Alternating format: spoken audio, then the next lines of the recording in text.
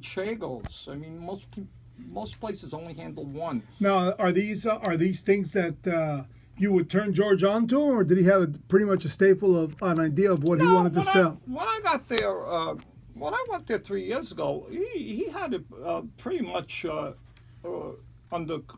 He improved it 100% from. And his wife seems to be a fantastic marketer too.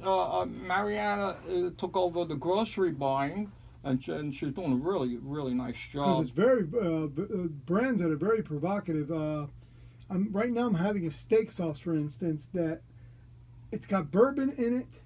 That is delicious. Yeah. But I think I'm buying all the bottles because I don't know if you guys are going to restock it after I bought the last 2 yesterday, and She'll be buying it again. because it has 3 lines in it. I've already consumed the other 2. We'll So get I'm it going again. through all of them, and Yeah. I'm on the bourbon one now. The other 2 was one that was very spicy. That it was had something. It had like Cajun pepper, but with a whiskey instead of a bourbon. And it comes in that bourbon bottle. Well, it comes in a bourbon bottle. Yeah, That's a nice That's what's line. genius about it. Yeah, well, they went to, actually, there's going to be a lot of new items coming in for the holidays because, in June, when they have the big food show in the Javits, they went, I skipped it this year, and they found a lot of new items that they'll be bringing in. So it's it must be a blast to go to those food shows. Oh, it's like terrific. the best vacation in the Yeah. world, knowing you're going to resell everything you learn. Yeah, and the thing is, it's not open to the public anymore.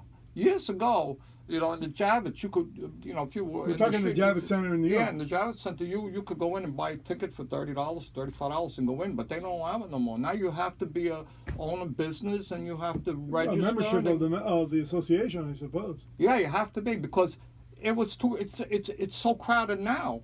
Imagine when they allowed the public in, you got 10 million people in New York City with nothing to do. Get free samples. People then you get plenty of free samples. Yes, I can imagine. It's a sample you can eat galore. all day long, for $30. And in New York, what do you get for $30? Nothing. You get 2 hot dogs, Free hot dog. Yeah, And that was my hot dogs. tweet, by the way. My tweet today was free hot dogs for the hot dogs to make the NFL great again. Oh, yeah, dude, the NFL, Because, what's going on with that? Yeah, absolutely. So, That's politics. I don't get into politics because I like to stay out of trouble. but we got to get into politics. We lose our country in the process. Cubans got out of politics. Look, Fidel Only Castro food came. politics, like the Venezuelans FDA. got out of politics. Look, Chavez crawled up their butts. If you don't pay attention to your freedom, man, you'll lose it. It's that simple. I know. Indifference creates statism. But I'm not used to being free. I'm in the food business. Oh, you're from the Bronx. You're not used to being free. The mob controlled the Bronx. Nah, I think every yeah. area's got a little bit of mob influence, but I stayed away from that stuff. Well, you know what? I don't believe that for a second. So speaking, who's the most famous mobster in the Bronx from your childhood? Who was the most famous mobster from the Bronx? Ooh. John Gotti was born in the Bronx. Yeah, but he's later.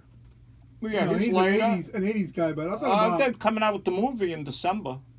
Yeah, John Travolta, Joe Pesci was a friend of mine, was supposed to get that part, and he sued for $10 million.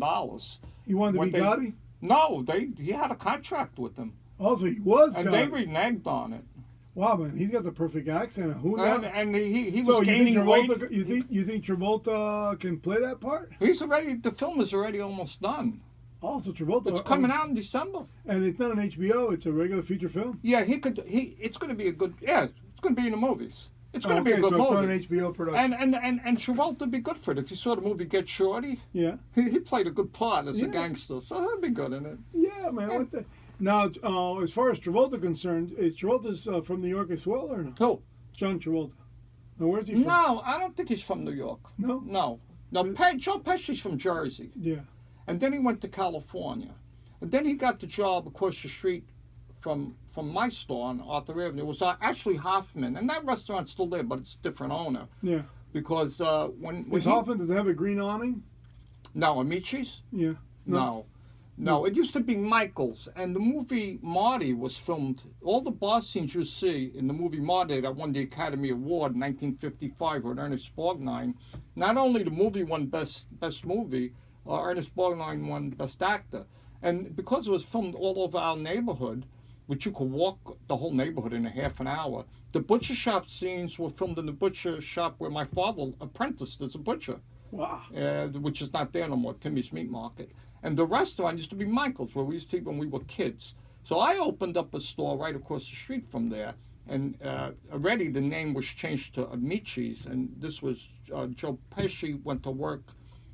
When his father passed away, he came from California, met up with Now, I imagine he was in California because he was trying to make. He was trying to make movies, but don't forget, he loved to sing. He didn't want to be an actor. He joined the Starlighters, and he couldn't sing to save his life, even though he made an album and everything. And the funny thing was, he used to eat in my store every day. I only had a little store, and he used to want to eat in the back all the time so nobody would bother him. And at night, he would play guitar from table to table. So when he used to order his sandwich in my store, he never paid for it. And he used to say, when you come in with your girlfriend, I'm going to come and sing a song at the table. And I used to say to him, Joey, if you don't sing a song, you never have to pay for a sandwich. You'll always get it free. Just don't sing. Don't come to the table. Don't come and ruin my table. Yeah, he was a horrible singer. But he joined the Starlighters, which was like they only made a couple of hits. You know, and Dion and the Belmonts were right around the corner from there. They were singing on Belmont Avenue. So you have Belmont Avenue, Arthur Avenue, and Hoffman. There was you could walk from one to the other in less than 1 minute. That's your whole neighborhood. Yeah, well, then it went down to the Bronx Zoo. Right. So you had 3rd Avenue, Bronx Zoo, and then around, so you could walk the whole neighborhood in 30 minutes. So, Wow, you know, it's funny because knowing Andy Garcia here growing up, he also wasn't really interested in being a famous actor. He wanted to be a singer. That's right, and same thing with Joe Pesci. Not really a singer, but a musician. He wanted to, not so much his singing as it was songwriting and producing music. I don't mean to say a singer per se, but yeah, you know, piano, the bongos, the maracas. Yeah. And you know who? This is something nobody knows. The Starlighters, you know, the play Jersey Boys. Yes. They mentioned Joe Pesci several times there because he introduced. I think his name was Tony, one of the Four Seasons. He introduced one of the main singers to the Four Seasons. That became one of the Four Seasons, Frankie Valli. Wow, so, But it wasn't Frankie Valli. He was the X Factor. Yeah, he was the one that actually made the Four Seasons by introducing this 4th season. So he's the 5th season. No, he became the 4th season. No, the guy here in July, he's the 5th season. Pesci's But guess who took, when Joe Pesci quit the Starlighters, which already was a pretty defunct group, guess who took his place? Jimi Hendrix. No. Yes, look it up. Look it up.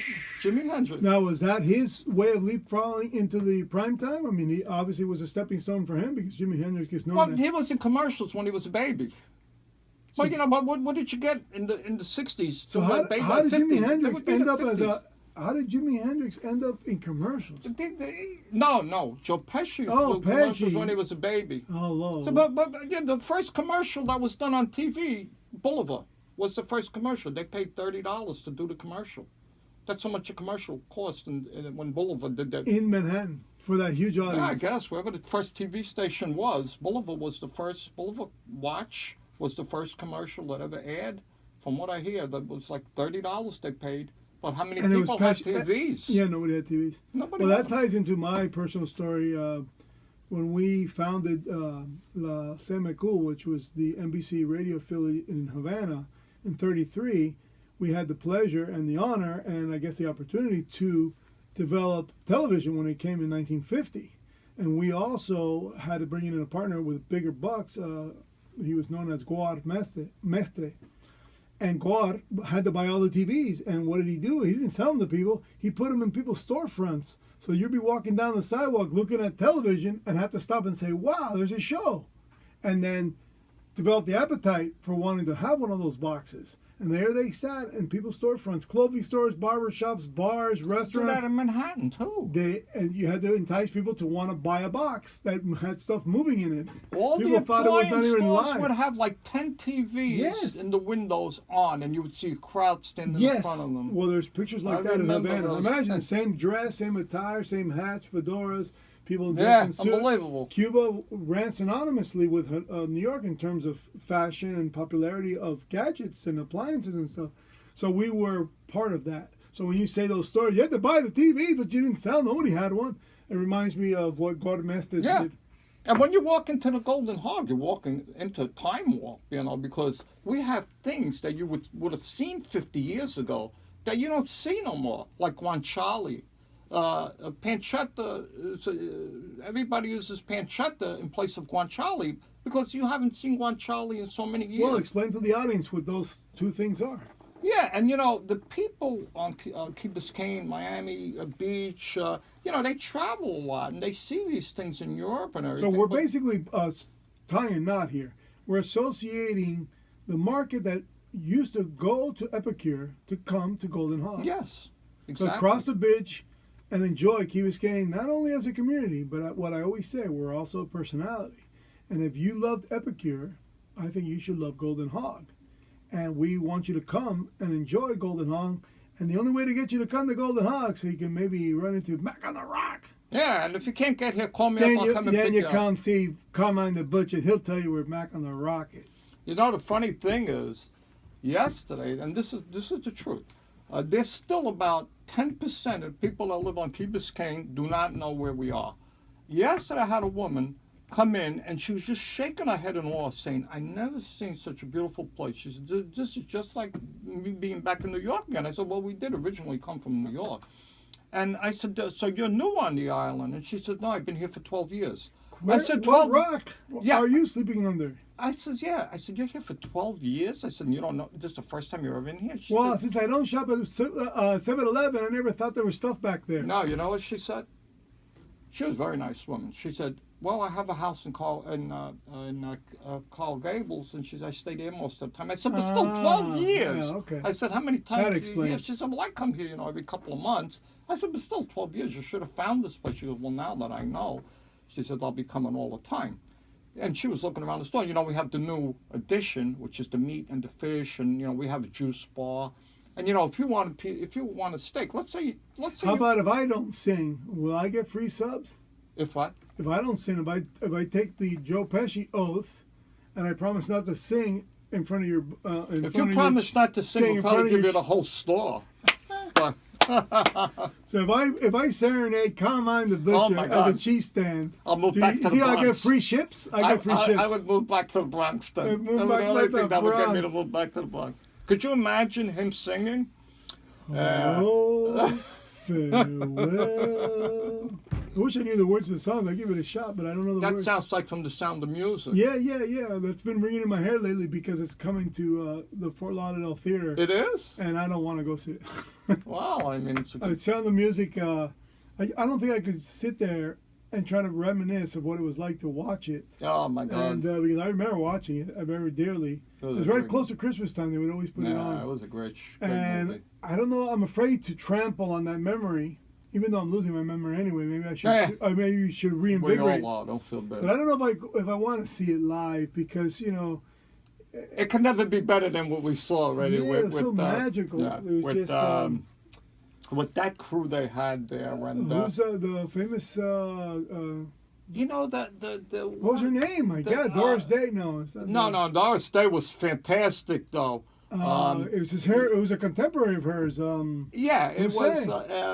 I don't know. I'm afraid to trample on it. But if I don't even remember who she was, maybe I should just go and try to remember all this. No, stuff. It's coming to Fort Lauderdale. Yeah, it's coming to Lauderdale. So it's been ringing in my ear because of the advertisements. Yeah, but you talk about Julie Andrews. Julie Andrews. That's Mary Poppins. Mary Poppins. But you had Christopher Plummer, and the one that played the oldest daughter, Charmaine Carr, passed away last year. Really? Yeah, and she was really a sweet person too. But that's when society was sweet. Now we're all a bunch of curmudgeons. We're a bunch of Shreks running around. I know. Yeah, back in those days, remember they came on the Bewitched.